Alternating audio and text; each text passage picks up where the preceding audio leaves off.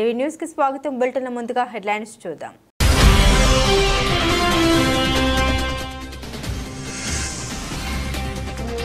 సాహసం చేయరా డింబక వరకు పుట్టించే వీడియో.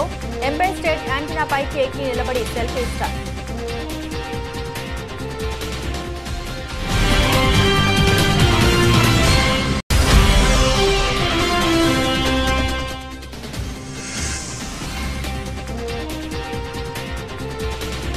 ప్రపంచ బ్యాంకు సంచలన వ్యాఖ్యలు. భారత్ ఆ స్థాయికి చేరుకోవాలంటే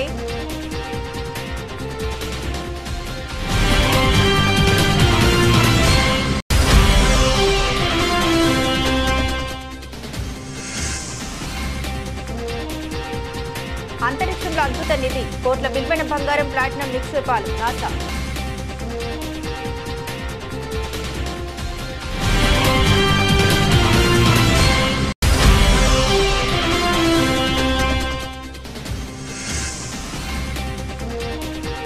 హమాస్ కు మద్దతుగా ఇజ్రాయెల్పై దాడికి ఇరాన్ సిద్ధం.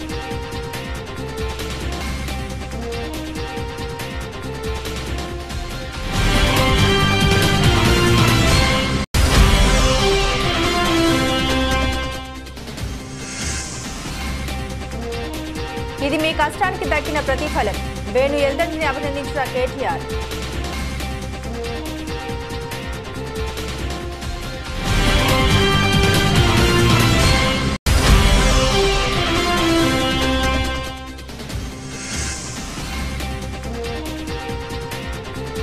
వీటిలో చేర్చాలి.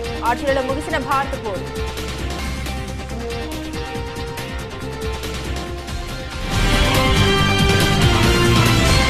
ప్రస్తుత రోజుల్లో సోషల్ మీడియా క్రేజ్ కోసం ఎంతకైనా తెగిస్తున్నారు. ప్రాణాలను సైతం లెక్క చేయకుండా డేంజరస్ స్టంట్స్ చేస్తున్నారు.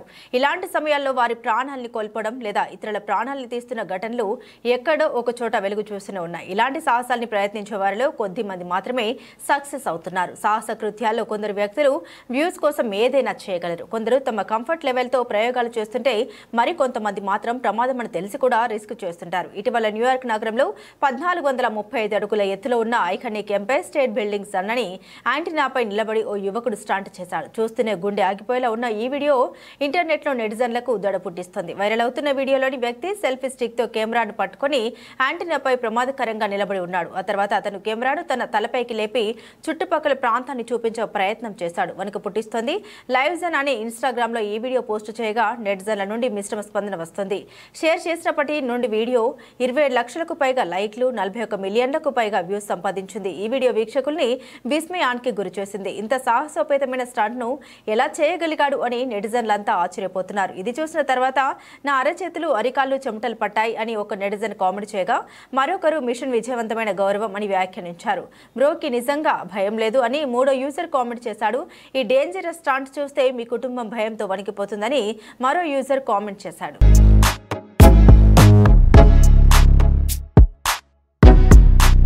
భారత ఆర్థిక వృద్ధిపై ప్రపంచ బ్యాంకు సంచలన వ్యాఖ్యలు చేసింది. అమెరికన్ల వ్యక్తిగత తలసరి ఆదాయంలో 4వ వంతు స్థాయికి చేరుకోవడానికి భారతదేశానికి 75 ఏళ్లు పడుతుందని పేర్కొంది. అభివృద్ధి చెందుతున్న దేశాలు మిడిల్ ఇన్కమ్ ట్రాప్ నుండి బయటపడడానికి మార్గాలపై ప్రపంచ బ్యాంక్ బ్లూ ప్రింట్ విడుదల చేసింది.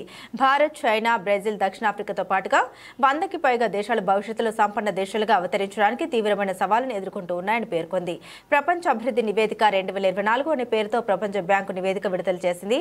ప్రస్తుత ధోరణులు అలాగే కొనసాగితే అమెరికన్ల తలసరి ఆదాయంలో 4వ వంతు స్థాయికి చేరుకోవడానికి చైనాకు 10 ఏళ్లకు పైగా, ఇండోనేషియాకు 70 ఏళ్లు, భారత్కు 75 ఏళ్లు పడుతోంది. గత 50 ఏళ్ల అనుభవాల నుండి తీసుకున్న గుణపాఠాల ప్రకారం దేశాలు సంపన్నంగా ఎదుగుతున్నాయి. కానీ అమెరికన్ వ్యక్తిగత తలసరి జీడీపీ రోజుకు $8,000. ఆయా దేశాల పౌరుల తలసరి జీడీపీ 10% ఈ దేశాలన్నీ మధ్య ఆదాయ ట్రాప్లోనే చిక్కుకున్నాయి అని ప్రపంచ బ్యాంకు తెలిపింది. వీటిని మధ్యాదాయ దేశాలుగా వర్గీకరించింది. వ్యక్తిగత తలసరి అభివృద్ధి ప్రకారం 2023 చివరికల్లా 108 దేశాలు మధ్యదాయ దేశాలుగా నిలిచాయి. ప్రతి దేశంలో ప్రతి పౌరుడి తలసరి జీడీపీ $1,136 నుండి $13,845 మధ్య నిలుస్తోంది. ప్రపంచ జనాభాలో 75% జనాభా 600 కోట్ల మంది అభివృద్ధి చెందుతున్న దేశాల్లోనే ఉన్నారు. వీటిలో 3/2 మంది పేదరికంలో జీవిస్తున్నారని ప్రపంచ బ్యాంకు ఆందోళన వ్యక్తం చేసింది.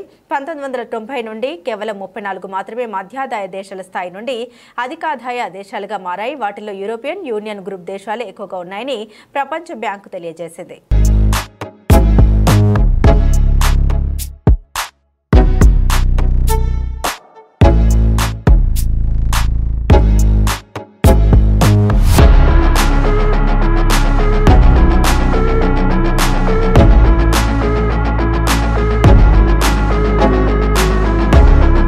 నాసా ఇప్పుడు అంతరిక్షంలో ఒక అద్భుత నిధిని కనుగొంది. వందల కోట్ల రూపాయల విలువైన బంగారం, ప్లాటినం, ఇతర విలువైన లోహాల్ని అన్వేషించింది. 1852లో అన్ని భలేగా డాస్పరిస్ కనుగొన్న గ్రహశకలం 16 సైకిపై 140 మైళ్ల వ్యాస పరిధిలో బంగారం, నికెల్, ప్లాటినం లోహాలు ఉన్నట్లు కనుగొన్నారు. అంగారక, గురు గ్రహాల మధ్య ఉన్న ఈ గ్రహశకలంలో $10 లక్షల క్వాడ్రిలియన్ విలువైన లోహాలు ఉన్నట్లు నాసా తెలిపింది. ఈ విషయం శాస్త్రవేత్తలు, అంతరిక్ష ఔత్సాహికులను ఆశ్చర్యపరిచింది. అయితే వీటిని వెలికి తీయడానికి పలు ఆర్థిక, సాంకేతిక సవాళ్లు ఎదురవుతాయని పేర్కొంటుంది. 2029 నాటికి ఆస్ట్రేలియాను చేరుకునే లక్ష్యంతో నాసా పైకి మిషన్ను 2023 అక్టోబర్ 13న ప్రారంభించింది. తన పరిశోధనలో భాగంగా గ్రహశకలం 16 సైకిపై అపారంగా బంగారం, ప్లాటినం, నికెల్ వంటి ఖరీదైన లోహాలు ఉన్నట్లు నాసా నిర్ధారించిందని, తవి భూమి మీదకు తేగలితే ప్రపంచ దేశాల స్థితిగతులే మారిపోతాయని పేర్కొంటుంది. ప్రస్తుత అంతరిక్ష మైనింగ్ సాంకేతికత ఇక శైశవ దశలోనే ఉంది. తక్కువ గురుత్వాకర్షణ, అధిక రేడియేషన్ ఉండే ఈ లఘు గ్రహంలో కార్యకలాపాలు నిర్వహించగల పరికరాలు అవసరమవుతాయి. అంతేకాకుండా భూమికి గ్రహశకలం మధ్య కమ్యూనికేషన్లో ఏర్పడే ఆలస్యం వల్ల అవి స్వతంత్రంగా పనిచేయాల్సిన అవసరం ఉందని సెంట్రల్ ఫ్లోరిడా యూనివర్సిటీ గ్రహ భౌతిక శాస్త్రవేత్త ఫిలిప్ మెడ్గర్ తెలిపారు. గ్రహాలపై ఖనిజాల తవ్వకం అతి ఖరీదైన వ్యవహారం. వాటిపై తవ్వకాలు జరపడానికి అవసరమైన సాంకేతిక పరిజ్ఞానం, పరికరాలు సమకూర్చుకోవడానికి చాలా వ్యయం అవుతుంది. అయితే వీటిపై తవ్వకాలకు నిధులు సమకూర్చడానికి ప్రైవేట్ కంపెనీలు ముందుకొస్తున్న ముఖ్యమైన వనరులు ఇంకా అవసరమవుతాయి. అక్కడి నుండి తెచ్చే ఈ లోహాలు ప్రపంచ మార్కెట్లోకి భారీ మొత్తంలో ప్రవేశపెడితే బులియన్ మెటల్ మార్కెట్లు ఒక్కసారిగా క్రాష్ అవుతాయి. వాటి విలువ నాటకీయంగా తగ్గిపోతుంది. 60,000 ఉన్న బంగారం ధర 600కు పడిపోవచ్చు. దీని అంతటికీ డిమాండ్ సప్లై సూత్రం వర్తిస్తుంది. ఇప్పుడు బంగారం సప్లై తక్కువగా ఉంది కాబట్టి డిమాండ్ పెరిగి దాని ధర ఎక్కువగా ఉంది. అదే డిమాండ్ లేకపోతే మార్కెట్లో కావలసినంత దొరికితే అది కూడా ఏ స్టీల్ లోహం ధరకు సమానంగా పడిపోతుంది. దీని కారణంగా ప్రపంచ వ్యాప్తంగా పలు దేశాల ఆర్థిక వ్యవస్థల్లో తీవ్ర కుదుపులు సంభవిస్తాయి. వాటి ప్రభావం వల్ల పలు పరిశ్రమలు, రంగాలపై తీవ్రంగా పడుతుంది. పౌరుల వద్ద ఉన్న ఆస్తుల విలువ తగ్గిపోతుంది.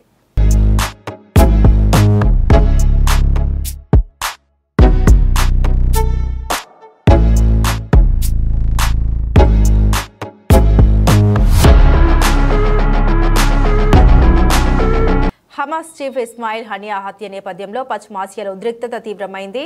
హమాస్కు మద్దతుగా ఇజ్రాయెల్పై ఇరాన్ ప్రతీకార దాడికి సిద్ధమవుతుందని వార్తలు వస్తున్నాయి.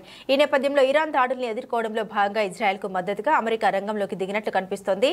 ఇరాన్ దాడుల్ని తిప్పికొట్టేందుకు మధ్య ప్రాచ్యంలో యుద్ధ నౌకలు, ఫైటర్ జెట్స్ను మోహరిస్తుంది. కాగా ఇజ్రాయెల్లోని భారతీయులు అప్రమత్తంగా ఉండాలని భారత రాయబార కార్యాలయం శుక్రవారం సూచించింది. విశాఖపట్నం రైల్వే స్టేషన్ పైన ప్రమాదం తప్పింది. రైల్వే స్టేషన్లో ఆగి ఉన్న రైల్లో ఒక్కసారిగా మంటలు చెలరేగాయి. కోర్బా నుంచి విశాఖ చేరుకున్న ఎక్స్ప్రెస్ రైలు ఏసీ భోగిల్లో మంటలు చెలరేగాయి. ఈ ప్రమాదంలో B6, B7, M1 ఏసీ భోగిలు పూర్తిగా దగ్ధమయ్యాయి. రైల్లో మంటలు వ్యాపించిన సమయంలో ప్రయాణికులు ఎవరూ లేకపోవడంతో పెద్ద పెను ప్రమాదం తప్పింది. రైల్వే సిబ్బంది వెంటనే అప్రమత్తమై మంటలు అదుపులోకి తీసుకొచ్చేందుకు చర్యలు చేపట్టారు. ఒక్కసారిగా రైల్లో మంటలు వ్యాపించడంతో స్టేషన్లోని ప్రయాణికులు ఆందోళనకు గురయ్యారు.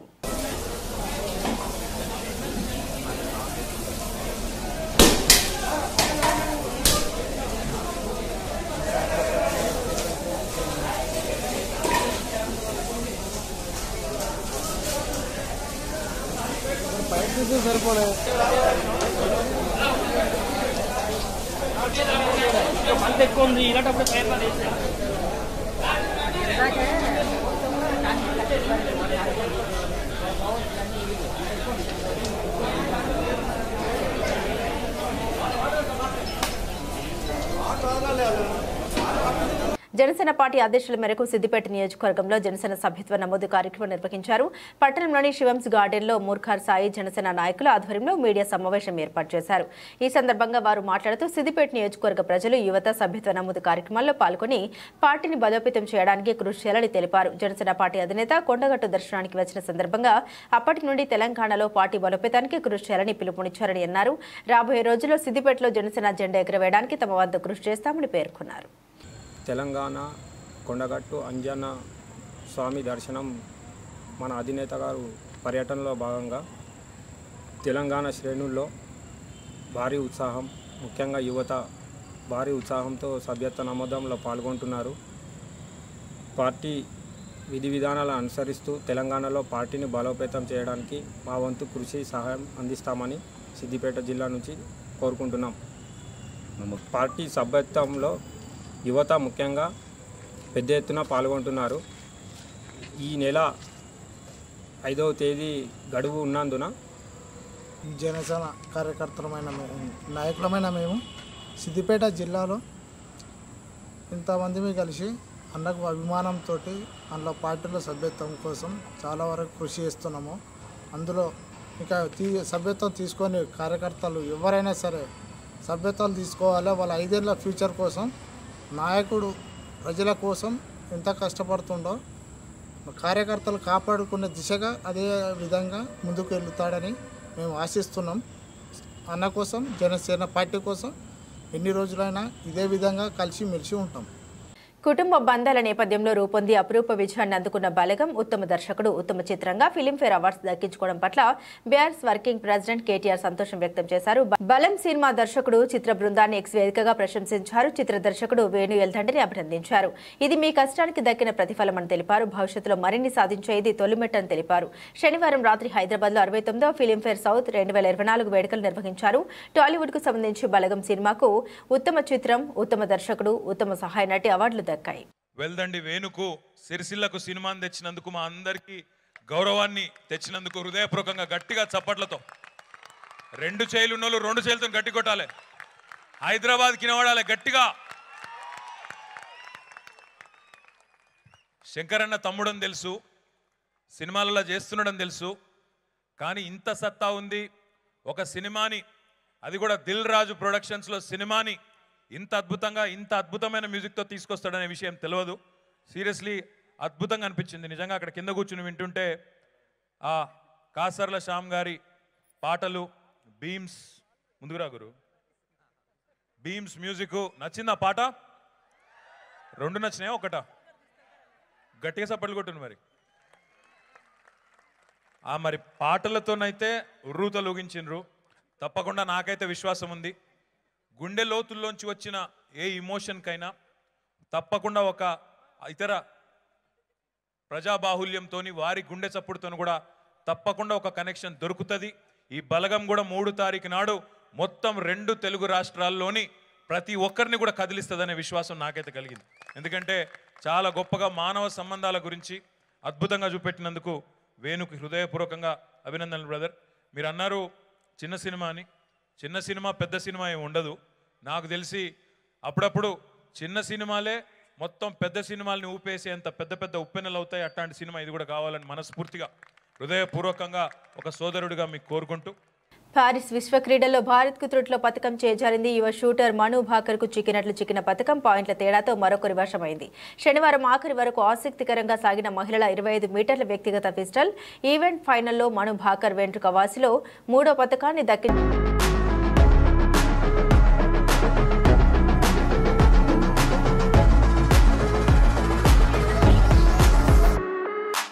కేంద్రం బడ్జెట్ ప్రకటన తర్వాత అమాంతం తగ్గిన బంగారం, వెండి ధరలు మధ్యతరగతి ప్రజల్లో ఆశలు రేకెత్తించాయి.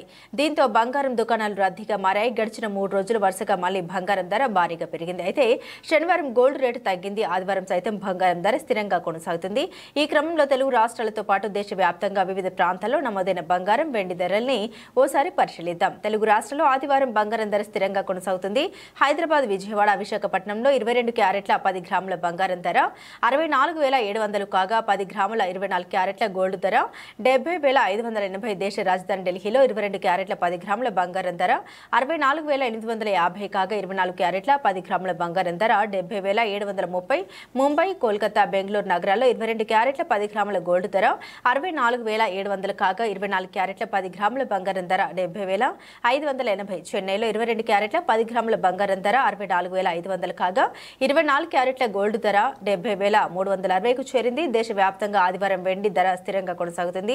ఉదయం నమోదైన వివరాల ప్రకారం తెలుగు రాష్ట్రాల్లోని ప్రధాన నగరాలైన హైదరాబాద్, విజయవాడ, విశాఖపట్నాల్లో కిలో వెండి ధర 90,900. దేశంలోని ప్రధాన నగరాల్లో వెండి ధరలను పరిశీలిస్తే చెన్నైలో కిలో వెండి ధర 90,900, కోల్కతా, ఢిల్లీలో కిలో వెండి ధర 85,500 వద్ద కొనసాగుతుంది. ముంబైలో కిలో వెండి ధర 85,500 వద్ద కొనసాగుతుంది.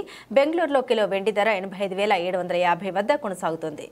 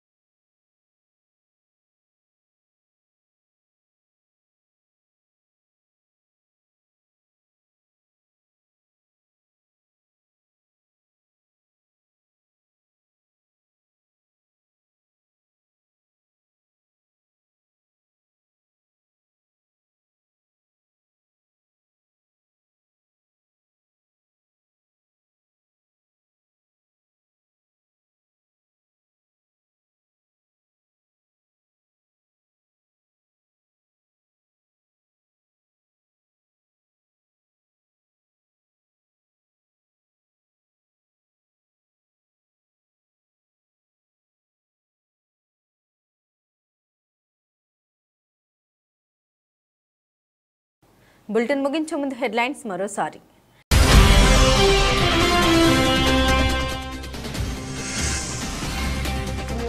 సాహసం చేయరా డింబక వణుకు పుట్టించే వీడియో. ఎంపై స్టేట్ యాంటీనాపై కేకి నిలబడి సెల్ఫీ స్టార్.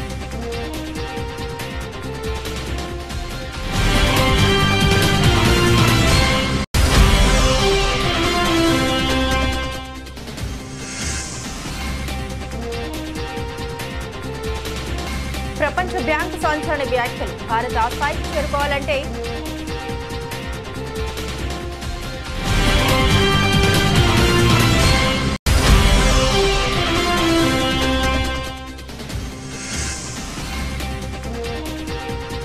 అంతరిక్షంలో అద్భుత నిధి. కోట్ల విలువైన బంగారం, ప్లాటినం నిక్షేపాలు. నాసా.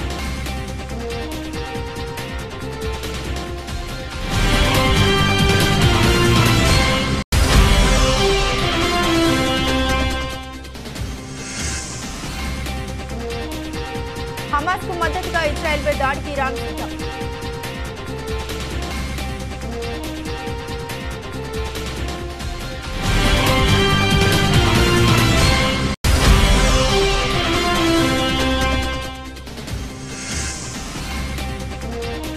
ఇది మీ కష్టానికి దక్కిన ప్రతిఫలం. వేణు ఎల్దండిని అభినందించిన కేటీఆర్.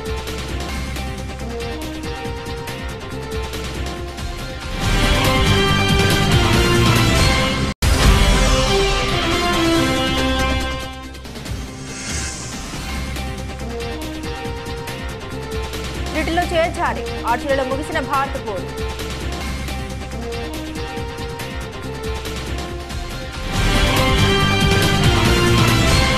ఇవి బులెటిన్లోని విశేషాలు. తిరిగి మరో బులెటిన్తో మళ్ళీ కలుసుకుందాం. అంతవరకు సెలవు.